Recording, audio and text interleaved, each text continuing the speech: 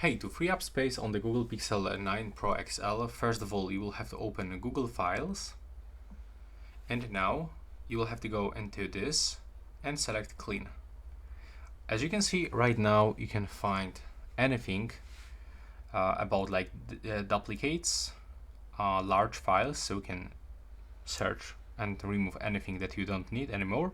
So if I open here, and if I don't need this one, I can just tap on it and click to move this file to the trash. Now when I'm gonna go back, I can also remove some duplicates, like for example these songs. Then when we go back, we can click here and we can free up trash. So by clicking here, we can remove everything that from the last 30 days we just removed from the phone. So click here to completely get rid of all of these files. And that's how we can actually do this. Of course, this is like brand new phone, so this is the reason why I have a lot of storage. But if you are using this one for like 1, 2, 3, 4 or 5 years, probably you will have a lot of large files, duplicate files, or something in the trash. So that's all for this video. Right now, please subscribe.